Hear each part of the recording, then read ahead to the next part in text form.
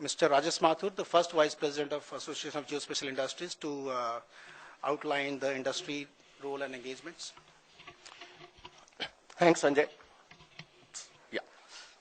Good morning, Dr. Ramaswamy, Dr. Subbarao, Dr. Shiv Kumar, other distinguished guests from Department of Science and Technology, and my fellow industry colleagues.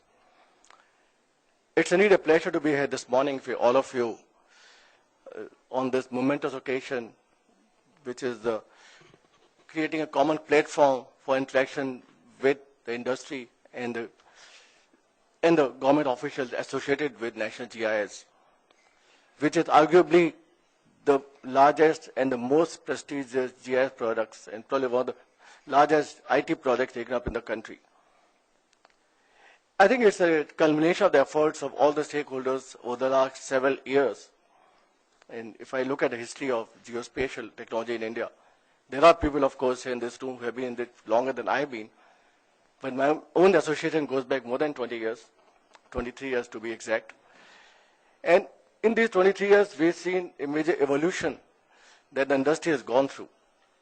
In the early days, we had national mapping agencies like Survey of India and others who invested time and effort and money, of course, in creating digital data sets for the country. They built capacity. Survey of India focused on creating topographic maps, and other mapping agencies like Geological Survey, Department of Space, and I think many others creating thematic layers. We also saw the launch and successful deployment of this technology in a number of major national projects, NRDMS, NRMS, NRIS. Also organizations like Census, for instance, created census maps of the country using geospatial technology.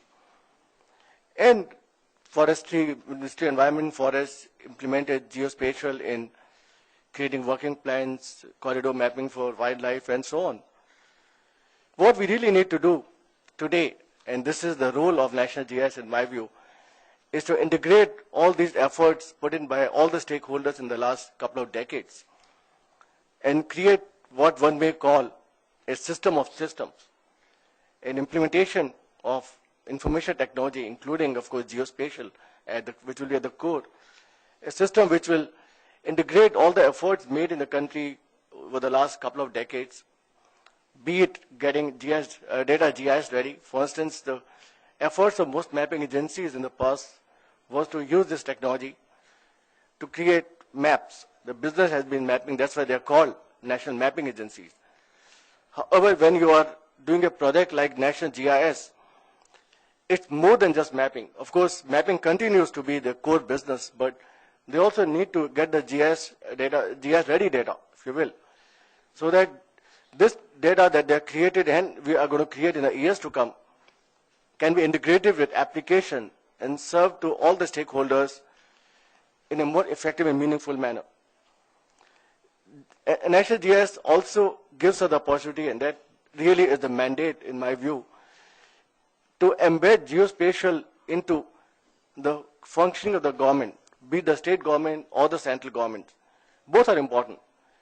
Because if you are to realize the vision of inclusive growth, which has been outlined by the government of India in the last few years, the real growth has to happen in the states. If we have to touch the masses, we have to touch everybody who is affected by the initiatives of the government taken here in Delhi by the central government, then states have to be an equal partner in implementing a project of this magnitude. It's nice to learn that while initially when National GIS was conceptualized, the focus was on central government ministries and departments. Over the last year or so, I think while there's no compromise on the role of ministries and departments of the central government,